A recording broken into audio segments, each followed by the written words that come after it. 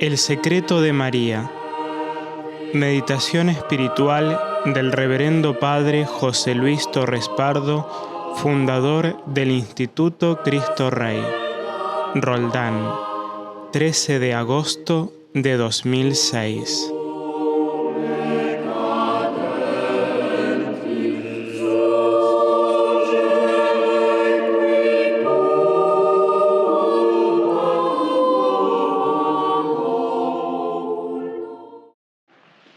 Vamos a dedicar esta meditación en honor de la Santísima Virgen. En este mes celebramos muy pronto dos grandes festividades marianas, ¿no? La Asunción, en cuerpo y alma a los cielos, y la realeza, nuestro carisma, que es un reflejo de la realeza de su Hijo, María Reina.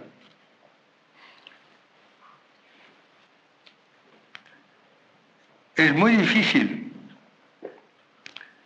por una parte, es paradójico, penetrar en el misterio, en el secreto de María.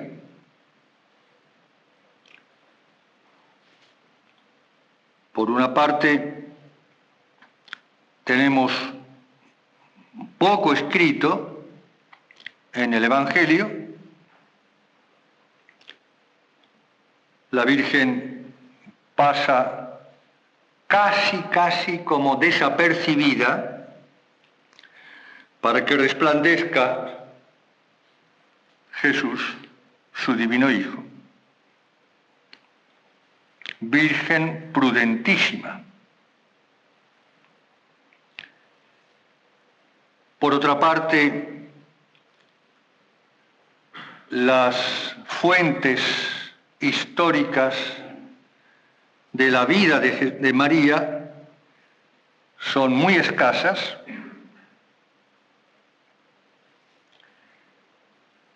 Ya veremos por qué. Y sin embargo, lo que sabemos a la luz de la fe de la Virgen es muchísimo. Es muchísimo. Y es muchísimo porque en el plan de Dios de la creación, de la salvación, la Virgen siempre unida a su Hijo, es la clave de toda la historia, llamada precisamente así, historia de la salvación. Pero corremos el riesgo de pasar un poco de largo, sin darnos cuenta, o pensando que ya lo sabemos todo, es tan poco lo que hay escrito que es muy fácil saberlo, y ahí cometeríamos un gravísimo error, no solamente en teoría, digamos, sino en la práctica. Y nos perderíamos, ciertamente, una toma de conciencia de la dimensión, de la misión extraordinaria, privilegiada, única, de la Virgen en el plan de Dios.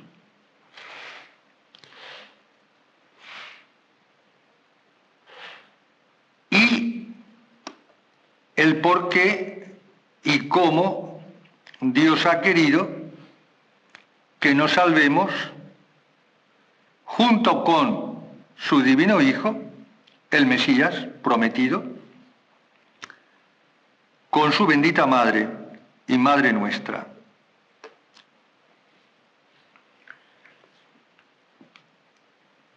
Para tratar aproximarnos hasta donde podamos, porque estamos en un claroscuro, que es la fe, ¿verdad?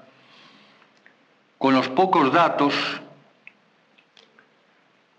aunque hay toda una tradición viva en la Iglesia, desde luego, la devoción popular a la Virgen, eso es, gracias a Dios, indiscutible e indestructible e indefectible. No obstante, tenemos que mirar este misterio, este secreto de la Virgen, esta clave de lectura de la Sagrada Escritura. El Santo Padre Benedicto dice, entre tantas cosas hermosas y profundas sobre la Virgen, que es necesaria una lectura mariana de la Biblia. Dice así textualmente, una lectura mariana. Y es cierto. ¿A partir de dónde? Desde el primer instante de la creación en el paraíso. La Virgen con Jesús, siempre subordinado a Él, por supuesto, existe en la mente de Dios desde toda la eternidad y comienza como su divino Hijo, misteriosamente, retroactivamente, podríamos decir, quiere decir que siglos antes de su nacimiento, como criatura, como mujer, ya está actuando, ya desde el paraíso, porque el protoevangelio, el primer evangelio, es el primer anuncio del Mesías a Adán y Eva, a raíz y como consecuencia del pecado original. Dios los expulsa del paraíso, como merecen, por su pecado de desobediencia, pero ya el Señor parece que no puede callarse. Cuando uno tiene una alegría muy grande, enseguida la dice, no la puede retener. Ese secreto que Dios tenía guardado eternamente en su corazón, se le escapó, entre comillas, humanamente hablando, y ya anunció, repito, junto con el nuevo Adán, que vendría a la nueva Eva, que precedería como madre a su divino Hijo, el Mesías prometido. Yo pondré enemistades entre ti y la mujer, entre tu descendencia, la serpiente, Satanás, y la suya. Tú pelearás contra ella, pero ella te aplastará la cabeza. Tú le morderás el talón. La historia de salvación es una historia de sangre, de lucha. Las dos banderas, San Ignacio, las dos ciudades, San Agustín. Ella te morderá, la mordedura de la serpiente. Hará caer a muchos y a muchas y hará llevar al infierno a muchos y a muchas. Pero, al final, ella te aplastará la cabeza. Es decir, la nueva Eva va a reparar el desastre de la primera Eva en el paraíso, junto con su divino Hijo, el nuevo Adán, que repara el desastre del primer Adán. De manera que ya en todo el Antiguo Testamento, de una manera, como diría San Agustín, latente, pero real, está la figura de María Santísima. No solamente en este episodio, primero de todos, en el paraíso, sino en las profecías, por de pronto que todas las profecías mesiánicas, cuando los profetas anuncian desde lejos al Mesías venidero, ya está implícita su madre. Pero, además de esto, hay profecías marianas. ¿En qué sentido? En el sentido típico. Típico en la Sagrada Escritura equivale a simbólico. Es decir, las santas mujeres a lo largo y a lo ancho del Antiguo Testamento, empezando por Eva y todas las demás, Sara, Judith, Esther, etc., cada una de ellas, estas mujeres santas, que tuvieron un protagonismo, un relieve muy particular, muy fuerte, están prefigurando, son símbolos al mismo tiempo que mujeres reales, cada una está como encarnando un rasgo de la Virgen, que todavía tiene que venir. Pero hay más, mucho más, porque si intentamos, como decía el Santo Padre, una relectura de la Biblia en clave mariana, porque es así, sin forzar nada, hay un misterio que ocupa todo el Antiguo y apunta al Nuevo Testamento, que es la alianza. La alianza. La alianza que Dios hizo con su pueblo, sobre todo a partir del Sinaí, la montaña sagrada, en el desierto. Dios va configurando a su pueblo elegido, el pueblo de Dios, y pacto, alianza, a través de Moisés, con su pueblo, esta alianza de amor. Alianza de amor. Por eso los anillos de los casados se llaman una alianza. Lógico. Antes, es decir, cuando yo era joven, de siempre, los religiosos llevaban, por lo general, su alianza. Es decir, un anillo que era el símbolo de un matrimonio, en este sentido espiritual, místicamente hablando, con Jesús, con Dios nuestro Señor. La alianza es el centro del Antiguo Testamento, de la antigua ley, de la Torá, la ley de Moisés. La antigua alianza que se prolonga, que apunta a la nueva alianza, que se realiza con, por y en Jesucristo, nuestro Señor. De tal manera que la Eucaristía, el santo sacrificio de la misa, es el sacrificio de la nueva alianza.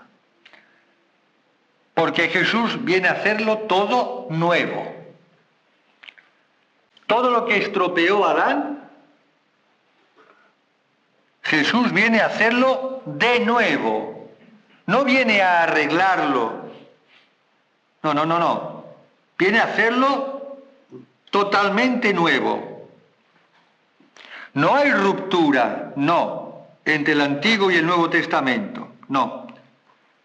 Pero hay una plenitud y eso significa bíblicamente novedad, y Jesús lo dice, ya en el Apocalipsis, San Juan, he aquí que vengo a hacer nuevas todas las cosas.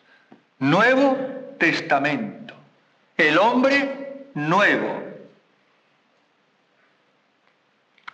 Nuevos cielos y nueva tierra, dirá San Pedro.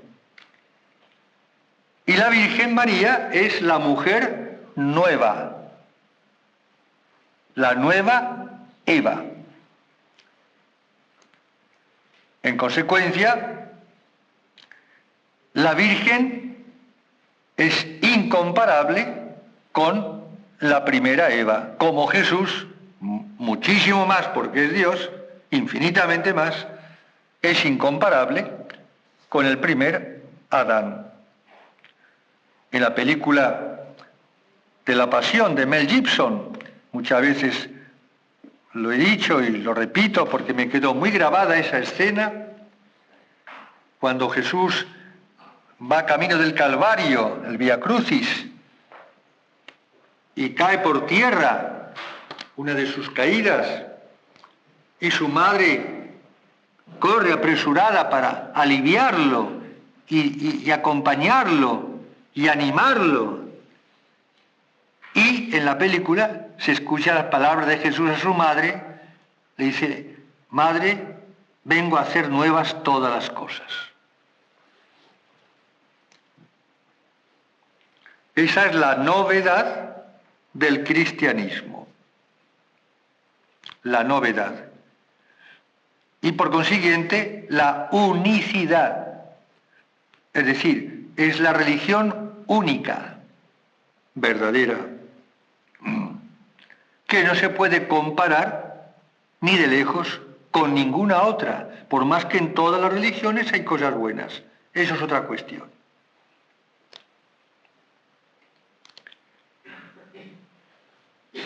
Y la Virgen, en las letanías que rezamos con el Santo Rosario, la Virgen es invocada por toda la Iglesia de siglos, Fidelis Arca, Arca de la Alianza, que no es solamente un título bonito, poético, sino que es una realidad mística profunda. De tal manera que la Virgen, cuando aparece en este mundo, desconocida,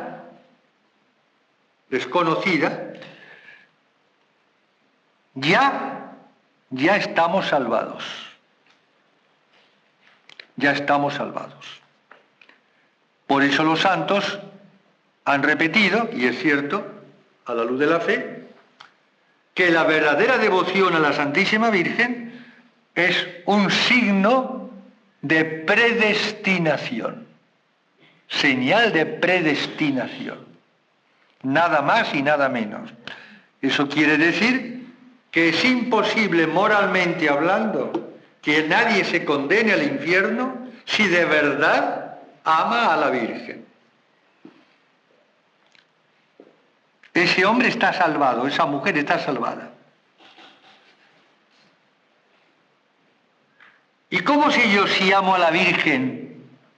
Es muy fácil, porque ella misma nos lo dijo en Caná de Galilea: haced lo que mi hijo os diga. Esa es la sustancia de la verdadera devoción a la Virgen. Haced lo que Jesús diga. Y si vamos a Jesús y le preguntamos, como le preguntó Saulo, camino de Damasco, Señor, ¿qué quieres que haga? Jesús nos va a responder lo mismo que dijo a sus apóstoles: haced lo que mi Iglesia os diga. Lo que vosotros hagáis, me lo hacéis a mí. Saulo, Saulo, ¿por qué me persigues? Yo no te persigo, Señor. Yo persigo a los cristianos. Ah, si persiguen a los cristianos es como perseguirme a mí. Hacer daño a un hijo es ofender a su madre. y viceversa, si es buena madre y si es buen hijo. Claro. En el plan de Dios, la Virgen y Jesús y su madre son inseparables. No se confunden, ¿no? Pero no se pueden separar. Y aquí está entonces el por qué la Virgen pasa como desapercibida por el Evangelio, porque convenía así que ella quedase como discretamente a un lado para dar paso, para dar relieve, para dar la primacía, como es lógico, a su divino Hijo. Lo mismo ocurrió con San José con respecto no solamente con Jesús. Fijémonos que en el Evangelio no hay una sola palabra de San José, ni una. Y sin embargo es el santo más grande de todos, indiscutiblemente. Está en otra dimensión, la Sagrada Familia. Pero no solamente con respecto a Jesús, que es normal que José quede a un costado, por así decirlo, para que sea Jesús es el protagonista, el actor principal, faltaba más, pero incluso con la Virgen, a pesar que era su esposo. Pero José siempre dejaba el lugar que le correspondía a su castísima esposa. Es todo tan delicado, es todo tan hermoso, tan puro, tan humano y tan divino, ¿no? Tan sutil, no sé qué palabra emplear. A mí me gusta llamar a la Virgen la mujer sutil. ¿Y qué quiere decir sutil, padre? Lo sutil es algo que está, pero que no se ve, pero que está actuando. Es una gran paradoja, porque la Virgen, como madre que era, aunque fuese madre virginal, verdadera madre, más madre que ninguna madre, biológicamente hablando, justamente porque su maternidad es virginal. Es decir, toda la humanidad que la Virgen da a Jesús en el parto virginal es de ella. San José ahí no interviene. Y aquí tenemos una cosa no solamente muy hermosa, sino muy importante. Y es que Jesús, como hombre, verdadero hombre, que es, era o fue siempre el hijo más parecido a su madre. El hijo más parecido a su madre. Porque todo lo que recibió en su humanidad santísima, su cuerpo bendito, se lo dio ella sola, sin el concurso de José. Y aquí tenemos entonces una pista, diríamos, una veta, una especie como de secretito, no sé cómo decirlo, para, por lo menos indirectamente, implícitamente, porque en el Evangelio, repito y sabemos, hay muy poco escrito, de cómo tuvo que ser, psicológicamente incluso hablando, la Virgen María, contemplando y escuchando a Jesús.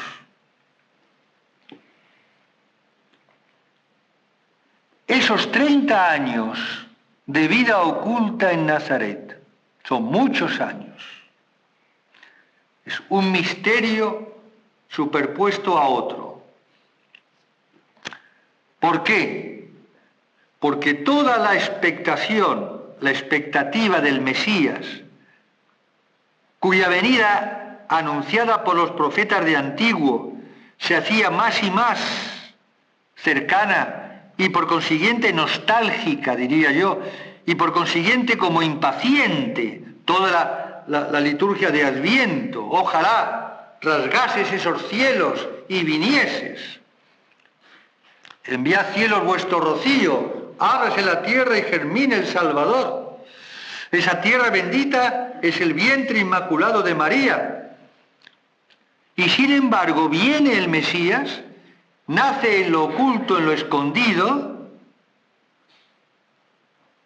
en un miserable portal o cueva de Belén, de animales, y se queda 30 años de vida oculta, es decir, sin salir al apostolado, cuando el mundo lo está necesitando a los gritos, porque el mundo está hundido, como hoy nosotros, en un paganismo feroz, salvaje. De tal manera que era necesario, urgente, un Salvador que levante al hombre. Y llega Jesús y está 30 años sin hacer nada, nada entre comillas o sin comillas, de lo que parecía que tendría que hacer. ¿Por qué esperar hasta los 30 años para salir a hacer apostolado, a predicar el reino de Dios, su Padre? Pero aquí lo que nos interesa, mirando a la Virgen, es esos 30 años en Nazaret, día y noche, viviendo con la Virgen y San José. De tal manera que cuando uno hace una relectura mariana, no solamente del Antiguo, sino más aún del Nuevo Testamento, ¿por qué más aún? Es lógico. Porque uno cuando escucha a Jesús, por ejemplo, el Sermón de la Montaña, las bienaventuranzas, está haciendo un retrato no solamente de sí mismo, desde luego, pero de su madre. La Virgen fue las bienaventuranzas, pero en vivo y en directo, como decíamos hoy, no en teoría.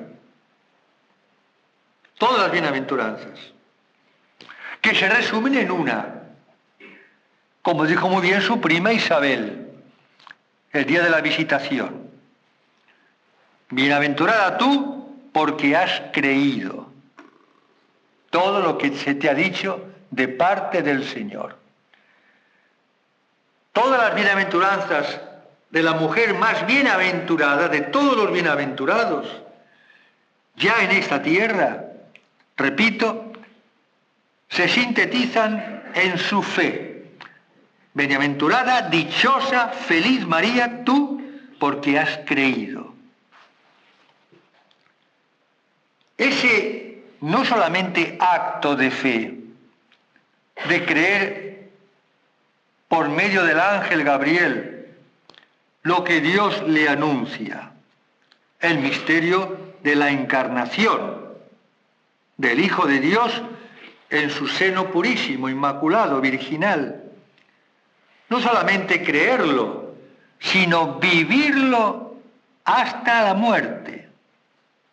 Día tras día, hora tras hora, minuto tras minuto. Desde ahí que la fe no es solamente un acto de fe, o muchos actos de fe, creer lo que Dios ha dicho. Es más que esto, es vivirlo las 24 horas del día y vivirlo como lo vivió ella. El Papa, uno de sus libros de teología, le puso este título, es hermosísimo, La fe como camino. La fe como camino. Si Jesús dijo, yo soy el camino, la verdad y la vida, su madre bendita, con toda humildad y con toda verdad, subordinadamente, pero paralelamente, podría decir exactamente lo mismo. Yo soy el camino, la verdad y la vida. Y la llamamos vida, vida, dulzura, esperanza nuestra. Dios te salve.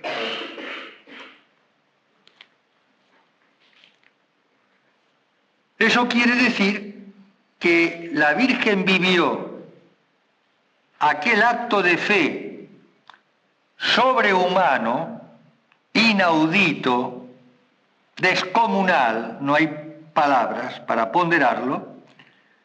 Fíjense lo que es creer que ella, una de las pobres, la más pobre de los Anahuim, como le llamaban a los pobres de Yahvé, ese resto que esperaba al Mesías,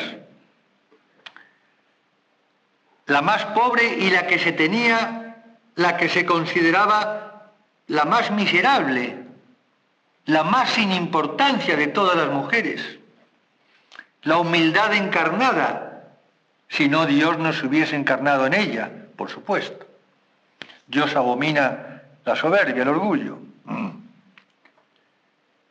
Y creer que yo voy a ser madre y nada menos que del Mesías, del Hijo de Dios, y sin concurso de varón. ¿Cómo puede ser esto? Si yo no conozco varón. La Virgen estaba desposada con José, según las costumbres, la ley judía. Todavía no estaba estrictamente hablando casada, estaba prometida. Faltaba lo que llamaban la conducción al año de los esponsales, era conducida la novia, la prometida, jurídicamente ya prometida, conducida por su familia y por el pueblo a casa de el novio esposo, en este caso, para vivir juntos. Pero en ese año la Virgen tuvo que guardar intacta su virginidad, si no era apedreada como adúltera. Eso quiere decir que la fe de María fue un calvario vivirla.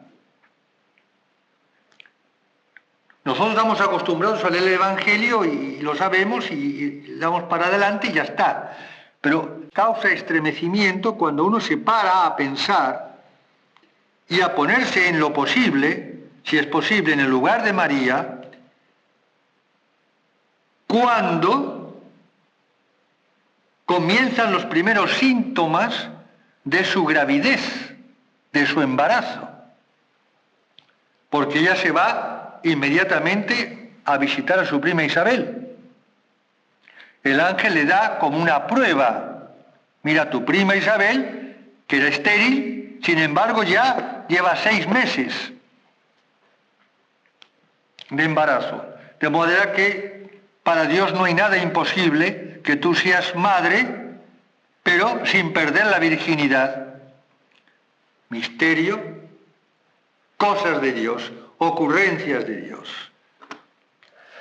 Por eso la Virgen prorrumpe, explota, por así decirlo, en el canto del Magnificat, todos los sentimientos, todas sus vivencias, que la oprimían dulcemente, pero que la pobrecita parecería que se agarraría la cabeza diciendo: ¿pero cómo? ¿A mí? ¿Yo? No puede ser. Y cuando comienzan ya los síntomas, cuando vuelve de Aincaren, de la montaña, de estar con Isabel para el nacimiento del Bautista, precursor, ahí comienza el drama, el Calvario. El Calvario. ¿Qué hago yo? Pongámonos en la persona de la Virgen, en esa situación. Todos se van a dar cuenta, viendo mi vientre, que estoy embarazada. Y sabemos lo que en la ley de Moisés le pasaba a las adúlteras. El esposo le daba el libelo de repudio, la echaba de casa y el pueblo la apedreaba. Terrible. ¿Y qué hago? ¿Y a quién se lo digo? Aquí vienen todas las especulaciones de los teólogos, los mariólogos. La Virgen se lo dijo a San José, por lo menos para tranquilizarlo, o no se lo dijo, y por qué, y qué hubiese pasado si lo hubiese dicho. Es muy difícil. Es un nudo tan fuerte hecho por el mismo Dios que solamente Dios lo podía desatar. Esa devoción de la Virgen desata nudos, el primer nudo que ella no podía desatar, ella desata todos los nudos, pero el suyo no lo podía desatar. Y entonces, ¿qué hizo la Virgen? La Virgen estaba tan plena, tan llena, gracia plena, tan rebosante, tan endiosada, tan llena de Dios, que se abandonó total ciegamente en las manos de Dios y guardó su secreto herméticamente, más que secreto de confesión. ¿Por qué? Porque no quedaba otra. Bueno, pero si se hubiese dicho a San José, no lo hubiera creído. Si lo hubiese dicho a los demás, peor. La hubiesen tomado por cualquier cosa, para justificar un adulterio, que es lo que se veía. Claro. Al mismo tiempo, el sufrimiento de José, que para ella era un sufrimiento añadido, sobreañadido, por si era poco el que ella tenía encima. No se lo pudo decir a sus padres, le hubiesen tomado por loca, por una farsante, por no sé, por lo peor de todo. Y más en ese aspecto los judíos eran terribles, terribles.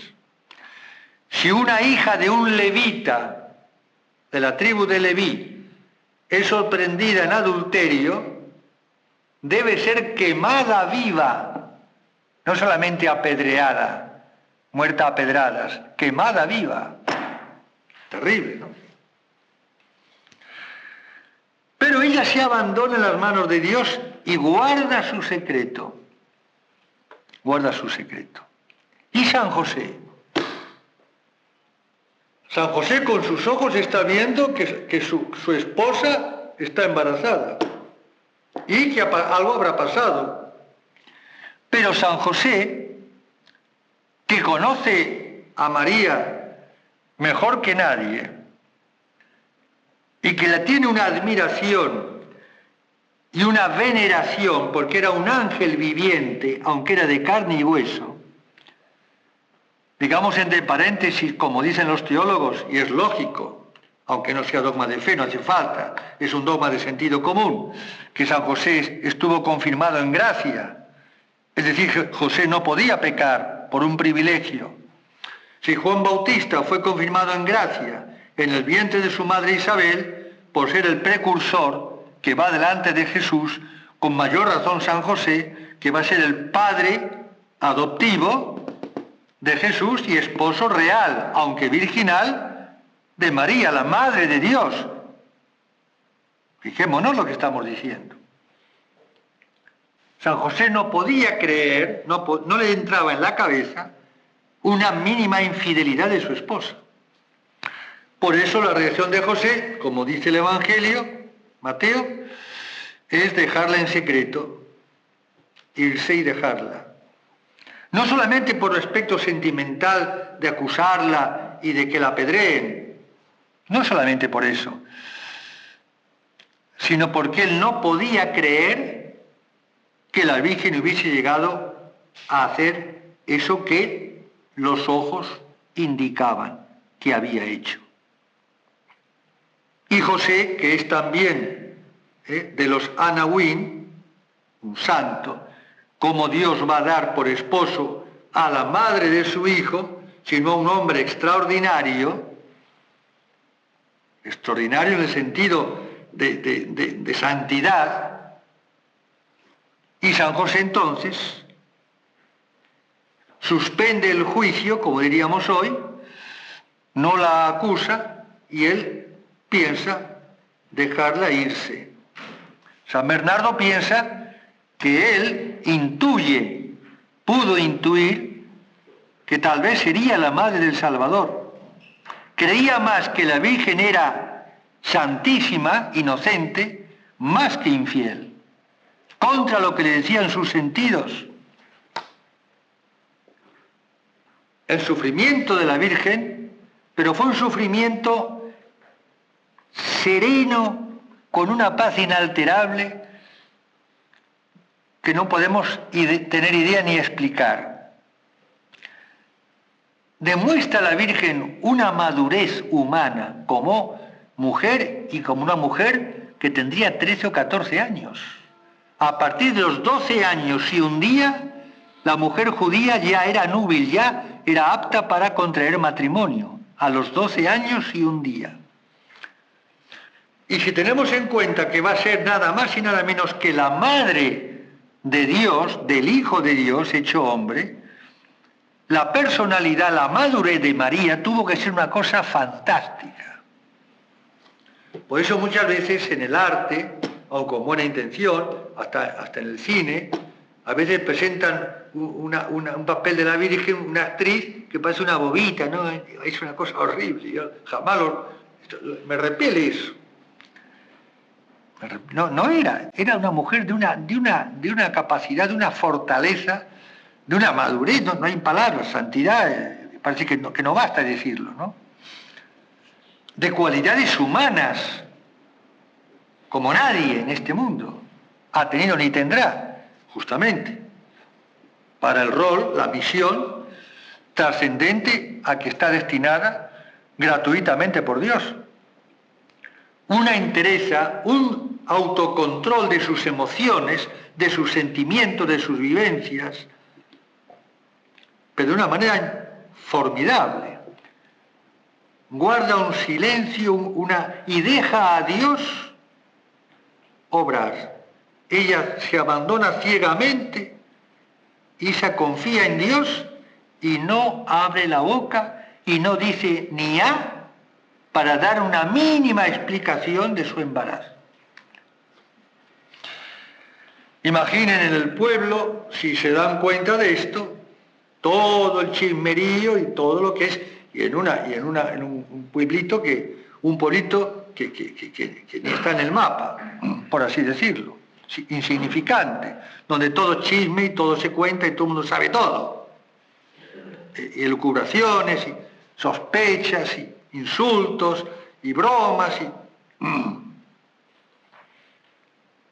y claro, el Papa, el Santo Padre, en su Mariología dice una expresión que es una verdad teológica muy profunda, un misterio del Evangelio, que Dios, de alguna manera, en cierto sentido, se pone contra sí mismo, dice el Papa.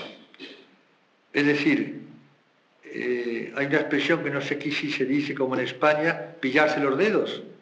¿Se dice? No digo. Es decir, como Dios mismo, Él mismo, es el que tiene, por su amor infinito, es el que tiene que desatar el nudo y el que tiene que actuar. Él mismo se ve obligado a actuar, porque no queda otra, por lo que Él ha lanzado ya, ¿no? Por lo que Él ya ha realizado. Como la encarnación, la redención. Dice el Papa, Dios se pone contra sí mismo, quiere decir que Él tiene que solucionar el problema, porque nadie lo puede arreglar. ¿Qué problema? El problema del pecado, el problema de la redención. Su amor de Padre es infinito y Dios no puede dejar a la Virgen en una coyuntura, en una situación más que angustiosa. Entonces, por eso el ángel se aparece a José en sueños y le revela lo que ha ocurrido, el misterio de la encarnación. Cuando la Virgen va a visitar a Isabel, Isabel ya había recibido en revelación privada este misterio. Pero la Virgen, ella no se lo dijo a nadie. ni a sus padres, ni a José, ni a nadie. Dejó a Dios y Dios desató el nudo. De ahí la importancia y la necesidad de este casamiento. Porque uno dice, humanamente hablando, para nosotros hoy, y más aún occidentales, diríamos, bueno, si no van a tener hijos, eso no significa que no se puedan casar, por supuesto, pero no diría casarse para no tener hijos. Dios, ¿es que la Virgen había hecho un voto de virginidad? No, no. Cuando la Virgen dice al ángel, ¿cómo será esto?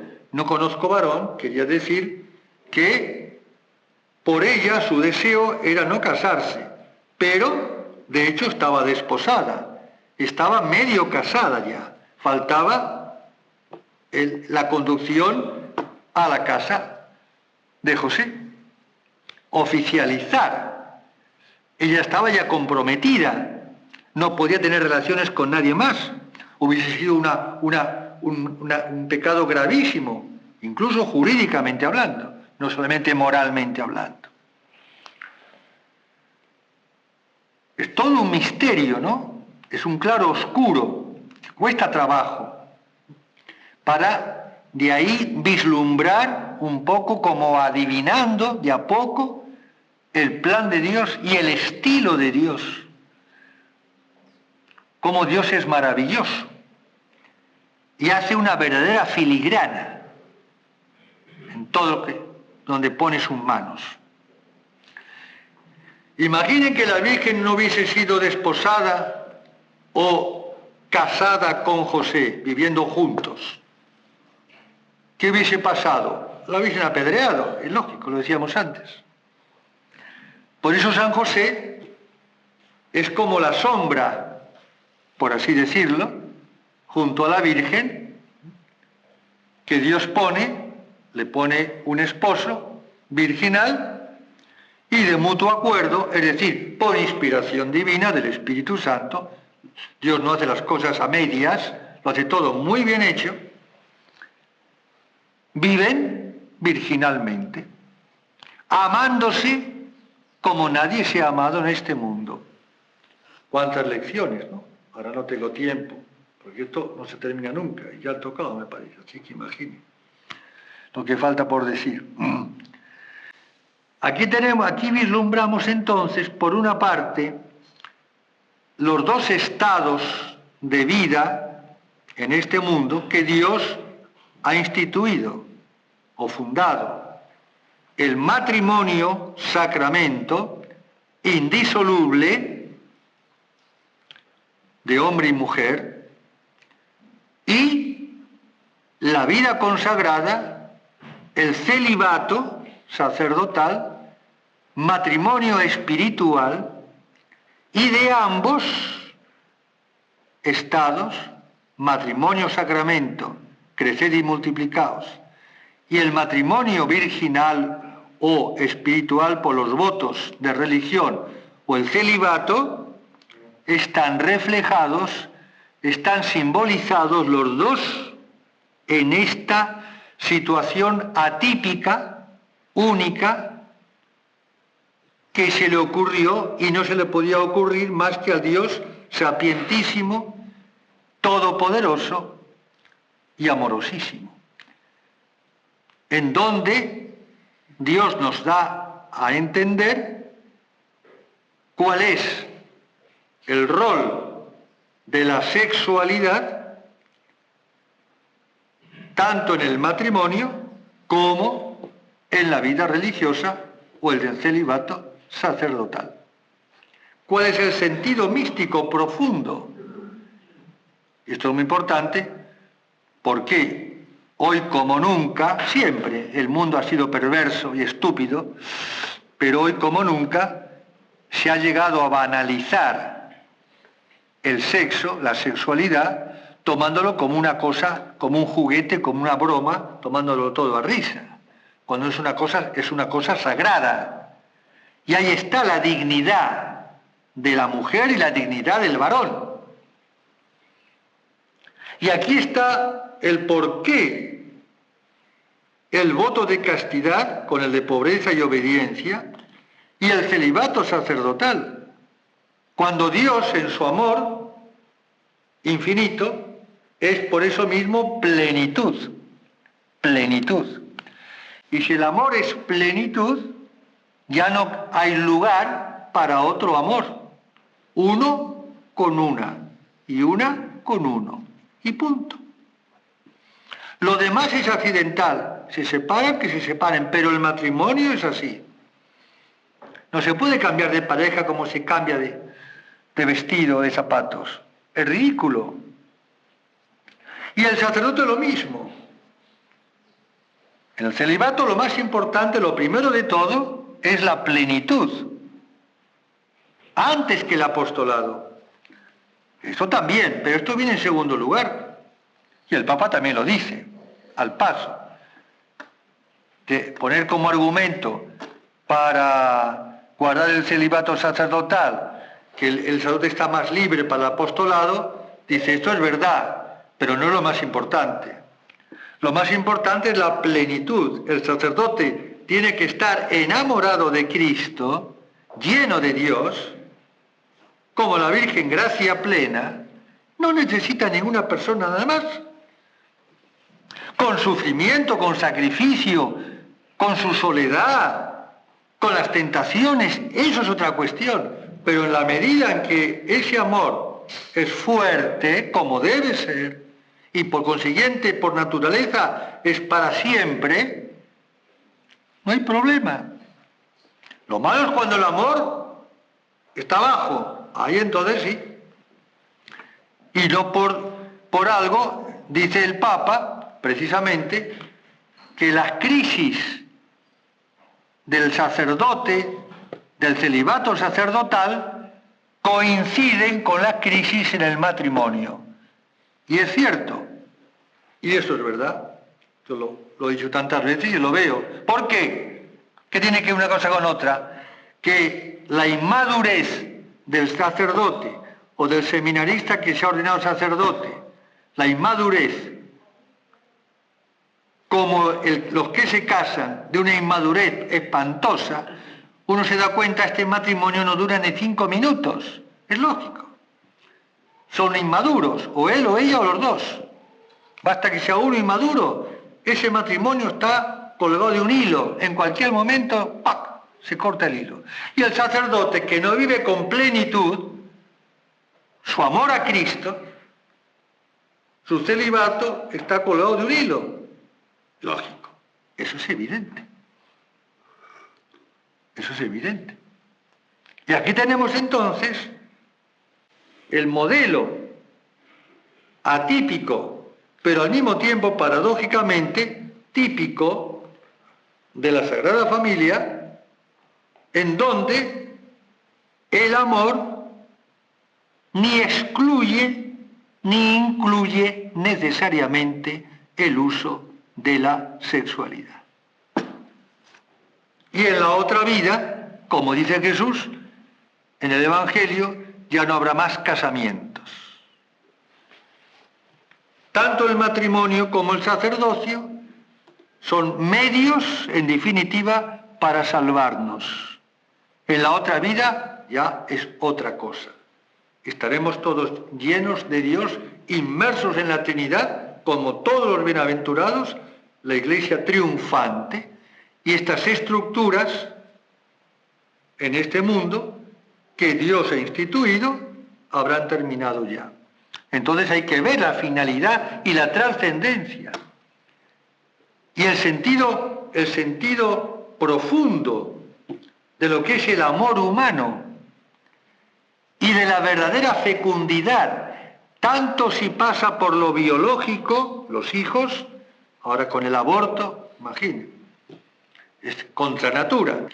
Y por otra parte, el celibato sacerdotal, porque el sacerdote casado, ¿y qué pasaba, padre? ¿Es malo? No es que sea malo, el matrimonio es maravilloso, pero perdería toda su gracia. ¿Por qué? Porque entonces el sacerdote sería como uno más, el sacerdote sería como una función más, un arquitecto, un médico, lo que sea, un trabajador, uno más. En cambio, la virginidad consagrada, la religiosa en el convento Una de dos. O están locas esas chicas o esas mujeres, o tienen razón y hay algo que no conozco y que es muy superior. ¿Y cómo se explica la alegría que tienen? ¡Ay, cómo se explica! Y encerradas, las de clausura encima, ¿no? ¿Quiénes son los que están locos? ¿Los que están dentro o los que estamos fuera? No lo entendemos. Sin la fe no lo entendemos. Y la Virgen estaba gracia plena, rebosante. Rebosante. Y el amor con San José y viceversa, un amor humanísimo, porque era purísimo, pero humanísimo. Y esto no nos entra en la cabeza, sobre todo hoy día. Y San José miraba a la Virgen, no con el deseo carnal, del atractivo, que es natural, que Dios ha puesto para el matrimonio. Eso no es malo. Pero en la Virgen San José no era así. No debía y no podía ser así. ¿Y cómo podían vivir juntos? Para Dios no hay nada imposible. Los santos lo saben muy bien. Ella lo sabía muy bien. Ella tenía con San José que ser el modelo, tanto, repito, en el matrimonio como en la vida consagrada y sacerdotal. Y toda su vida fue un camino de fe entre luces y sombras. ¿Y qué sombras? Porque las palabras del ángel las tenía grabadas. Él será grande, le dice el ángel. Tu hijo que va a nacer será grande. El Hijo de Dios Altísimo se le llamará. Y recibirá, se sentará en el trono de David su padre. Y reinará en la casa de Jacob para siempre. Y su reino no tendrá fin. Está anunciando la realeza. Y la Virgen, desde ese instante, hasta el Calvario inclusive, vio que las palabras del ángel, nada que ver. ¿Dónde está el rey? ¿Dónde está el trono? ¿Dónde? Es que yo no veo nada. Mi hijo apenas salió. Primero quedarse 30 años ahí, para ella feliz. Pero ella sabía que un día Jesús tendría que salir al apostolado, como así fue. 3 años nada más. Y apenas salió Jesús al apostolado, la vía pública, ya empezaron los problemas, las persecuciones y el acoso, y hasta que lo mataron, el Viernes Santo. Y la Virgen vio a su hijo desangrándose en la cruz, como en una situación de fracaso, de fracaso. ¿Y dónde está el rey aquí? Que decía Gabriel, el arcángel. ¿Dónde está aquí el rey y el trono? Está terminado esto. Mi hijo estaba un exaltado o fue una alucinación lo que yo tuve, no fue un ángel. Yo me engañé. Pues yo estoy viendo todo lo contrario. ¿Ven la fe de la Virgen? Después viene la resurrección. Bueno, pero hasta entonces la vida de la Virgen fue un calvario terrorífico. No tenemos ni idea, ¿no? Y así es como debe ser nuestra vida. Esto lo explica muy bien nuestro añorado, queridísimo Papa, pronto en los altares, Juan Pablo II, en la encíclica Mulieris Dignitatem, sobre la Redentoris Mater, la Madre del Redentor. El camino como a ciegas de la Virgen, creyendo lo contrario de lo que veían sus sentidos. Los apóstoles lo abandonaron, los de Emaús lo manifiestan.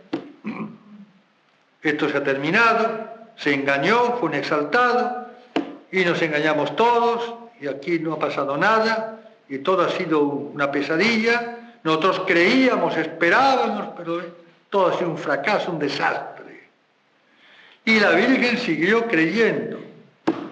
Por eso la Iglesia celebra la fe de la Virgen más aún que la fe de Abraham, que ya es decir, prometerle de su descendencia que se multiplicarían como las estrellas del cielo, y lo manda a matar a Isaac, que era la única descendencia, caramba. ¿Y cómo hacía Abraham para creer las palabras de Dios y lo manda a matar? Imaginen esas horas, no fueron minutos, y esos días, hasta que el momento que dice, vamos al monte con la leña, etc.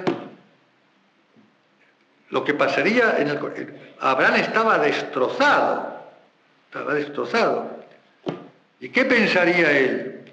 Y Orígenes, autor cristiano, tan profundo, dice que Abraham esperaba un milagro, pero que la palabra de Dios no podía fallar.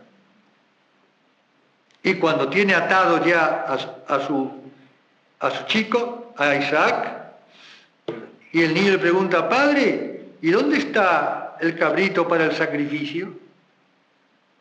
Y Orígenes dice, cuando Abraham escuchó a Isaac decirle padre, mientras subía a la montaña, tenía el alma destrozada. Y Abraham le responde, Dios proveerá, hijo mío, Dios proveerá. Terrible, terrible. La fe es terrible, uno lo parte por la mitad. Y sin esa fe no nos salvamos.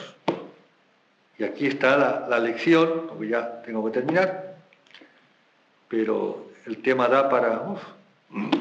y no hacemos más que empezar a balbucear todo lo que hay metido y todo lo que falta por decir. Y Dios hizo el milagro.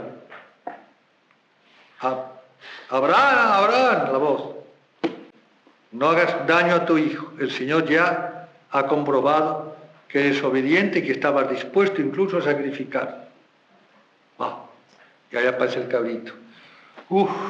¡Qué susto! ¡Qué pesadilla! ¿No? Y la fe es una pesadilla continua. Tenemos que estar creyendo lo que no vemos y lo contrario de lo que vemos muchas veces. Y parece que Dios no dice nada, parece que Dios no habla, calla. El silencio de Dios es terrorífico.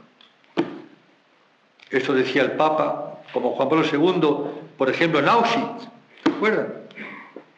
En lugar de las torturas de los nazis. Dios, ¿cómo permites esto? Dios, existe, si existe Dios, ¿cómo permite esto?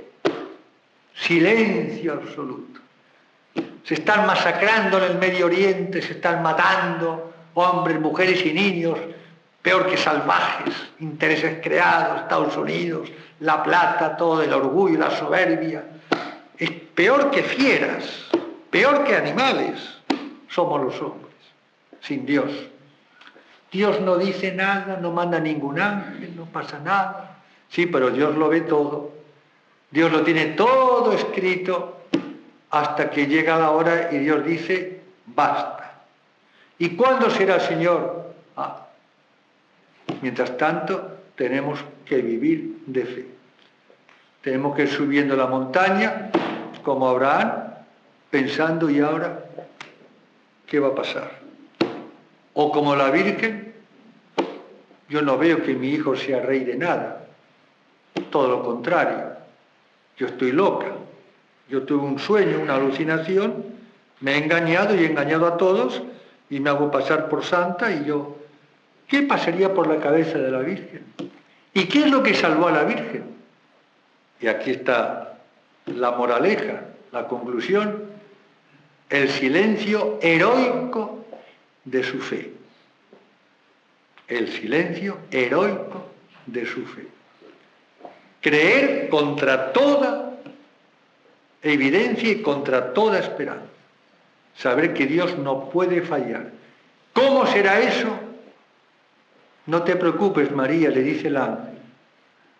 El Espíritu Santo vendrá sobre ti y la virtud del Altísimo te cubrirá con su sombra. La sombra del misterio. O aceptamos el misterio que está por encima de nuestra inteligencia y de nuestros sentidos y por encima de toda ciencia, o si no, no queda otra alternativa, desgraciadamente, que vivir como muchísimos y muchísimas hoy en el absurdo. Que así sea.